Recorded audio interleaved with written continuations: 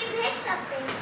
Post card तो केवल 50 पैसे का है, यानी 50 पैसे में हम देश के हर कोने में अपना संदेश भेज सकते हैं। धन्यवाद।